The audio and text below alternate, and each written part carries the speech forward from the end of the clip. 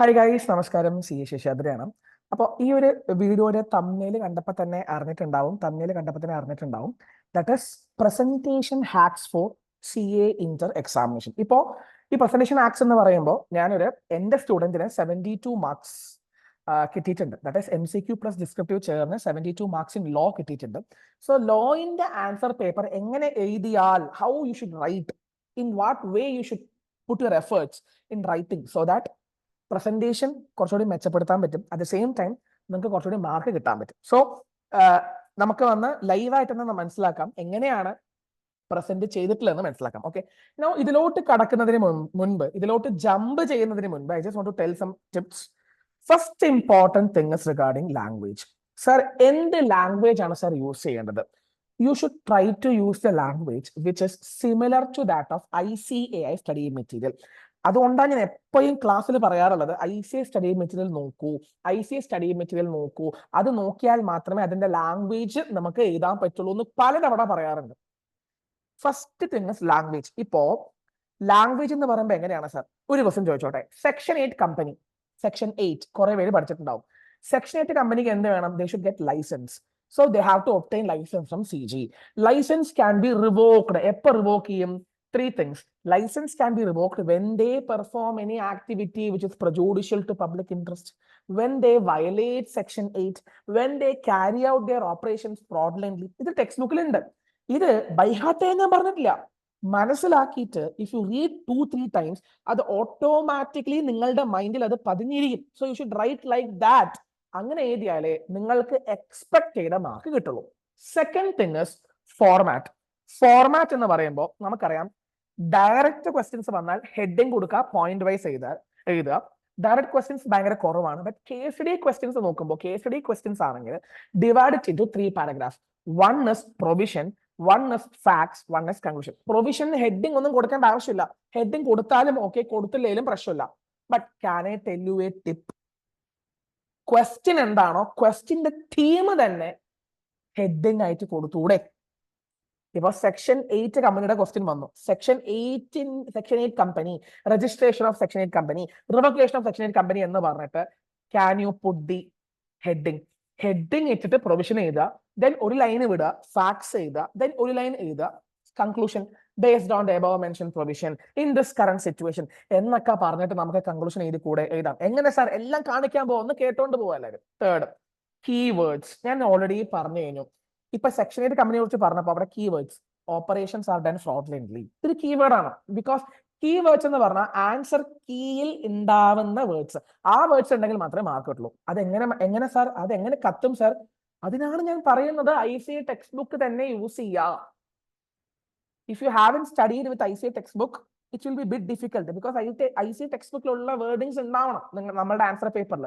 നിങ്ങൾക്ക് എല്ലാവർക്കും അറിയാലോ, answer paper, question paper comprises of both parts, MCQ and descriptive. നിങ്ങൾ പറ ഡിസ്ക്രിപ്റ്റീവ് 70 മാർക്സ് ആണ്, MCQ 30 മാർക്സ് ആണ്.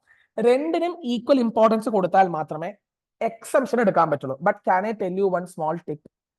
നിങ്ങൾ എത്ര പരിശ്രമിച്ചാലും 70 on 70 കിട്ടാൻ പോകുന്നില്ല. ഡിസ്ക്രിപ്റ്റീവ് ഫുൾ മാർക്സ് തരൂല. But 30 on 30 മേടിച്ചൂടെ?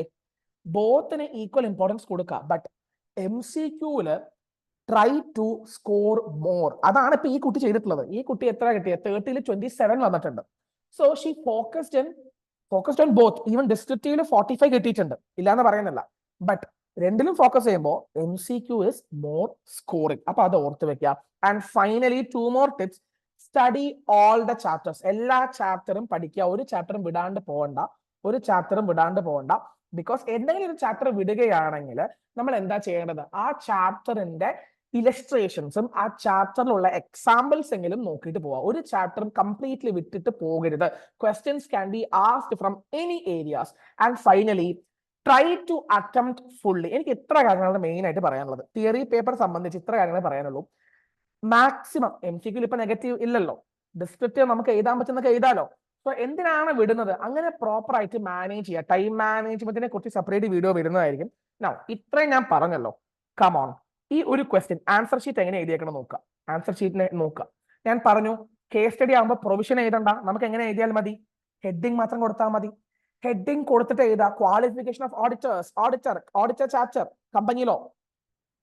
When auditor or his relative or his partner is holding shares of face value, holding securities in the company, in the holding, in the subsidiary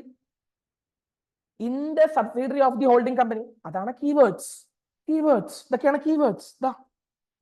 നോക്ക ഈ കീവേഡിനാണ്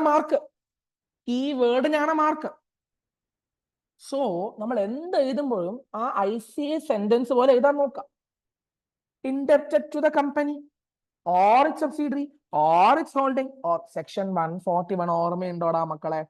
141 പഠിച്ചതല്ലേ നിങ്ങള്? Keywords നമ്മൾ അങ്ങനെ we are not by hearting guys, but we are trying to resembling the ICA textbook. നോക്കൂ എങ്ങനെയാണ് നോക്കൂ. Conclusion ഓരോ point wise ആയിട്ട് കൺക്ലൂഷൻ എഴുതിയിട്ടുണ്ട്. എലിജിബിൾ ആണോ, വെദർ എലിജിബിൾ ആണോ, ഇൻഎലിജിബിൾ ആണോ. ഡിഫറൻസ് ബിറ്റ്വീൻ ചോദിച്ചു കഴിഞ്ഞാൽ you have to write in 3 columns. Basis, heading number 1, heading number 2 എന്ന് പറഞ്ഞ് 3 കോളം ആയിട്ട് വേർതിരിച്ചിട്ട് എഴുതി കഴിഞ്ഞാൽ പ്രസന്റേഷൻ. സാർ എനിക്ക് പെൻസിൽ സ്കെയിലൊക്കെ വെച്ച് വരയ്ക്കണോ സാർ? എടാ അങ്ങനൊന്നും വേണ്ട. ജസ്റ്റ് ഒരു format. You don't make it so formal here, but formal ആവണം, അത്രേ ഉള്ളൂ. സെക്ഷൻ 8 കുറിച്ച് ഞാൻ പറഞ്ഞേ ഉള്ളൂ. സെക്ഷൻ 8 കീവേഡ്സ് ഒക്കെ ടിക്ക് ഇട്ടിട്ട് നോക്കൂ. ഈ ടിക്ക് ഇട്ടിട്ടുണ്ടെങ്കിൽ അവരത് കീവേഡിൽ ആൻസർ കീയിൽ അത് ഉണ്ട് എന്നാണ് അർത്ഥം. ആൻസർ കീയിൽ അത് ഉണ്ട്, അതുകൊണ്ടാണ് they have got marks. Yes or no? അപ്പൊ കീവേഡ്സ് ഒക്കെ ഉണ്ടോ നോക്കൂ. Giving opportunity of being heard ഉണ്ട്, fraudulently, affairs are conducted in fraudulently, against object of the company, against public interest. എപ്പോൾ റിവോക്ക് ചെയ്യും? What is section 8? The charitable object. Tick വന്നിട്ടുണ്ട്. ഈ tick വന്നു എന്ന് വെച്ച് കഴിഞ്ഞാൽ നമ്മൾ ICA ടെക്സ്റ്റ് ബുക്ക് പോലെ എഴുതിയിട്ടുണ്ടെന്ന് അർത്ഥം. അതേ സംഭവം is there in the answer key എന്നർത്ഥം. സോ ചുമ്മാ നോക്കിക്കൊണ്ടുപോകും. ചുമ്മാ നോക്കൂ, എങ്ങനെ പ്രസന്റ് ചെയ്തിട്ടുണ്ടെന്ന് നോക്കുക. Conclusion, facts of the case. Facts of the case question അങ്ങനെ കോപ്പി ചെയ്യരുത്. 2-3 സെന്റൻസ് മാത്രം എഴുതാ ക്വസ്റ്റ്യന്റെ. ഏജൻസി എടുത്തു വിട്ടതാണ്. ഇത് ഏറ്റവും പഴയതൊന്നല്ല കേട്ടോ. റീസെന്റ് നവംബർ 2023 എക്സാമിന് വന്ന പാസ്സായ കുട്ടിയുടെ ആൻസർ ഷീറ്റ് ആണ്.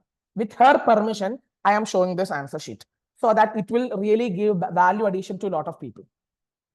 Annual general meeting. It should be kept at registered office or at some other place. It should not be kept at national holiday. ഇതൊക്കെയാണ് കീവേഡ്സ്, ഇതൊക്കെയാണ് ലാംഗ്വേജ്, ഇതിനൊക്കെയാണ് ടിക്ക് വന്നിട്ടുള്ളത്. നമ്മൾ എന്തെങ്കിലും എഴുതിയ ടിക്ക് വരൂല, ഇന്ത്യയെ വരുള്ളൂ. നമ്മൾ എന്തെങ്കിലും എഴുതിയ ഇന്ത്യ മാർക്ക് ഇട്ട് വരും. കറക്റ്റ് ആയിട്ട് കീവേഡ്. ഇതിനെ വിളിക്കുന്ന പേരാണ് simple language, simple keywords. You are not much mugging up also. Sir ഇങ്ങനെ എഴുതാൻ എന്താ സാർ മാർഗം? പഠിച്ചാൽ മാത്രം പോരാ. You have to keep on revising.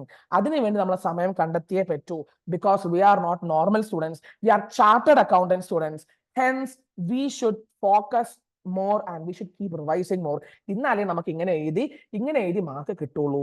And hope you got a broad view of presentation. This is CA Sheshadri signing off. Thank you. Hope this video was very helpful to every CA students. Thank you. All the very best for your upcoming exams.